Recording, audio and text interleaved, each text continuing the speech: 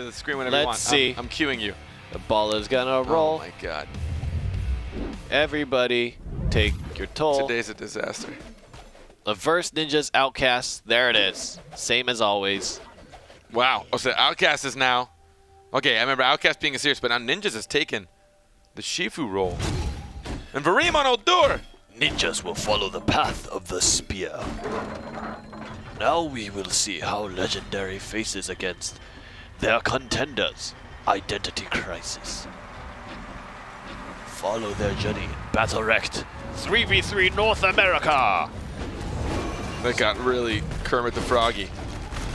Emperor pulling Outcast away from In the Flesh. In the Flesh now, keeping his distance pretty well. Outcast is doing a good amount of damage. Oh goodness, the good veil comes out from In the Flesh. He still gets petrified. Vareem's gonna take a lot of damage as Uldur. He's gonna have to heal up. Oh. Ninja's closing that gap. Emperor wants to try and get the M2. Outcast now left all alone, but he does have a full stick of butter. Will we see a snipe from In the Flesh? No, we will not. Good pull on the Petrify. Oh, In the Flesh taking so much damage, Constellation's Confluence on In the Flesh. Oh, he gets impaled before he can push him. Here comes the Beyblade. No, run! Oh my god. Beyblade takes out of the Flesh. Emperor now trying to get. He's just running. He's just running away. In the Flesh got obliterated in classic Averse fashion. I need only a mouse. Oh. Ah. Ugh. 1 for 1. Averse goes down. I guess he should use a keyboard too, huh? Vareem, I don't think we're able to get out of this one, buddy. He does use spacebar. Ooh, got an M2 and Ninjas, but Beyblade is in the works. Oh, he stopped him again in the orb, but he couldn't get in because the in cap. Oh, just consumed the M2, but there here it comes. is. Slice and dice. Run.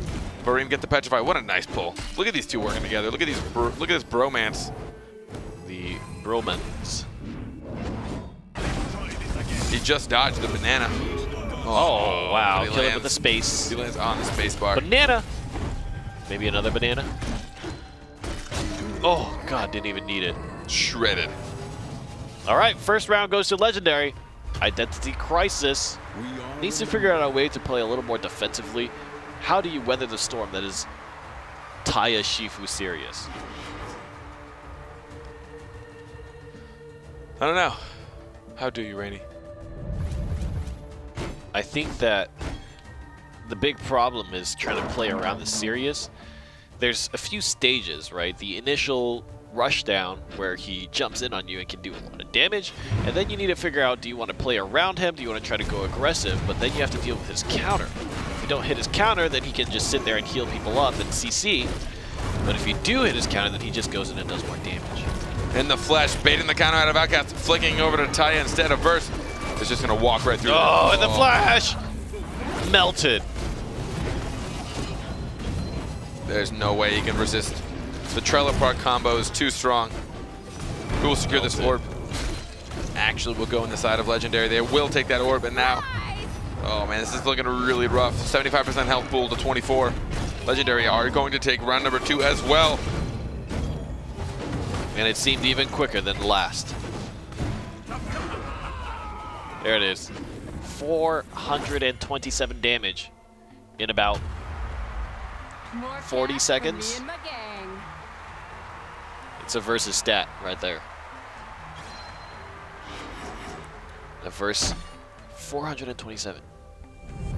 This is why he's so good at this game. It's kind of insane. It's just, and like his positioning too. Like he rarely gets caught out. It's like one of, I think, Versus' major strengths. Not that he's, of course, bad at many things, but he's just good at always making sure he's in position and never gets caught in a tight spot where he can't escape. Gets pulled in there.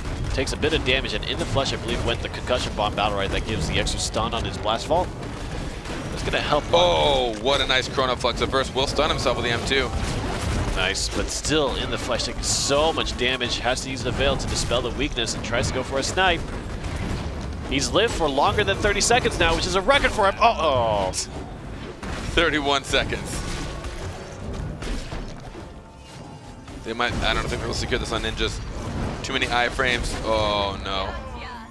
I think the big issue right now is how do you capitalize, how do you force them to spend resources to do damage to Jade? Because currently they're able to jump on Jade, and despite the fact that In the Flesh is actually kind of pretty hard, it just seems like there's a lot of, I mean, take a look. Averse and Ninjas are at about half health, under half health, so they obviously did spend some amount of health to go aggressive. But you need to punish them more for playing that aggressively. Is that positioning? Is that cooldown spending? Is that trading damage to face? Is that something just composition-wise you can't get ramped up that fast? Wukong is a character that spends a lot of energy, right? You really want a lot of individual bars of energy. Jade as well, you want to really get to the point where you have that veil, and that's 25 energy. And then Uldura actually is very different. They used to play Lucy, which is also very energy reliant, but Uldura at least has some escapes available to him right at the start. But he also does need energy to help peel for his teammates in the sense of either using the Petrify or the Chrono Flux. Otherwise, you're just gonna have to use Time Bender just raw and try to body block. Now, but I think that's a big issue. A question I want to pose to you: who do you punish? I would say that actually, and how? The biggest way to do that is to probably not go for Sirius. I think that'll actually help you a lot, and I think almost all your efforts on Sirius should be focused on CC, right? Blast Vault into disabling shot, and then into something, if you have bar, into a Petrify or something like that. And you always want to open with the safe option, because you do not, especially when you're under pressure, you do not want to hit into Sirius's counter. Right? If you're trying to do counter damage, Sirius is probably the worst option out of all three of them. So what you want to do is focus on making sure the instant you commit to Blast Vault, you know that, okay, my moment of opportunity is in Blast Vault because I know he's going to be in CC, and then piling on your own CC on top of that. And I think that's also why In the Flesh does get the Concussion Bomb BattleRekt, because he knows it's so important that as he kites, he sets up situations for his teammates to fight back. But I think the execution of it is very tough. And again, energy reliant. You need to survive until a certain amount of energy, and if you don't have that, you just get run over. Maybe Claw of the Wicked into a root, something like that. But then you need to be concerned about Ninjas and Shifu. Throwing the spear, closing the gap again. He sees you Blast Vault, he throws a spear after you. If that lands, oh, you are sad. It's a weird pang I just got on my shoulder.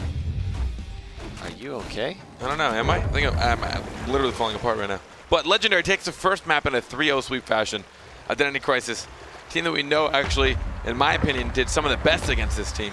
It now seems to be struggling a bit to try and rack up it's going to be damage Jumong now. Hippity hoppity. Averse is going to put a stoppity to you. Kind of sparked by Outcast. We're seeing the Flesh jump right up, but Ninja's going to keep honing down on him. In the Flesh, losing hit after hit after hit to Ninjas. He will put out the Veil when he finally builds up the energy. Oh, but he hits the counter on Outcast. There's so many counters to keep track of. He's just going to get hounded down. And meanwhile, Rakan and Averse are trying to go toe-to-toe. Jade will go down already. And Ninjas is able to secure that orb. Oh, good double Petrify.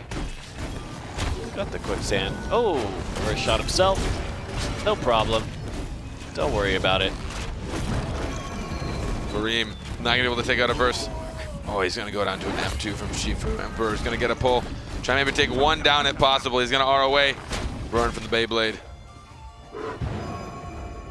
Emperor. No! Oh. Good use of the incap. I like that. The aggressive incap. It's so tough for In the Flesh to get out. It's hard for his teammates to be up for them because, as we mentioned, energy is needed for a lot of Jade's escape. Uldura can't use a Petrify until he has energy as well.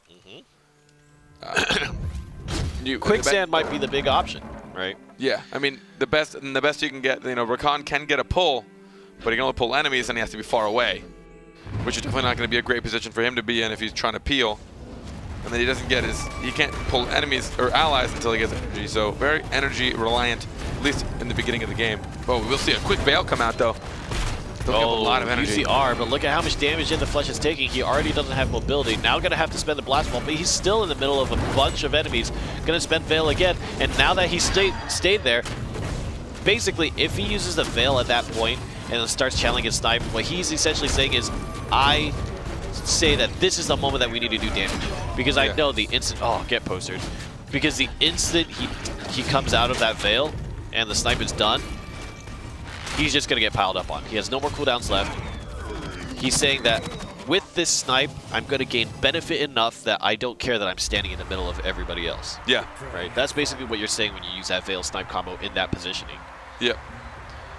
And I just don't know if that's necessarily the case. Averse Outcast and Ninjas are really making a point of it too. They're really saying, you know what, we're not going to let you get away with anything. And they press really hard. And I wonder if almost leaving Vareem and Emperor in a slight 2v1 situation for a little while might be the more preferable option. Nice. I like how he waited until at least one of the... Okay, so he's going to use the Veil and stand and snipe again, which means he wants to stand and fight. And he might get punished for that. He's doing a good bit of damage here. Oh, the rate of arrows in chase, really good from Reverse. He needs help from Vareem. Maybe a Petrify here. That will probably be really useful. He uses a Blast Fall to get away, and that's what we're talking about. You need to chain your CC into one another. And actually, Ninjas is going to turn away, and In the Flesh survives the storm. Makes it past the 30-second mark, but here comes the second round of attacks. He gets the wall bang. Disabling shot into the Petrify, though. Oh, watch out, watch out. Need to push him away. Good with the Blast Fall. Continuing to kite. There it is, and now he's going to stand because he knows the health levels are a lot lower, but Vareem needs to stay next to him. He needs to babysit right now. Body blocks the right click.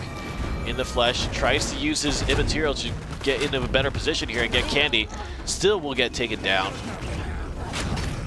And it was really a race. How fast? Oh, Ninjas almost went down, but he will counter through that. Rakan's not going to be able to finish him off. He gets the pull in the silence. It's now a cross kill. 2v2, but it's against an Outcast and an Averse. Resources are in the advantage of Identity Crisis, however, so that could be a telling factor. Oh, but not able to survive. The only way that would have happened if there was a world where Vareem landed an Endura ultimate and they were able to burst one more down. But even then, pretty unlikely. And Legendary will end up taking the series 2 maps to 0. Identity Crisis having a really tough time surviving. They're a team that I pull for a lot, especially going against this team composition, this hyper-aggressive team comp. So it's a little interesting to see them struggle a lot more with this. As you said, In the Flesh, standing his ground. I did it again. I'm the worst. I'm super distracted. I'm so sorry.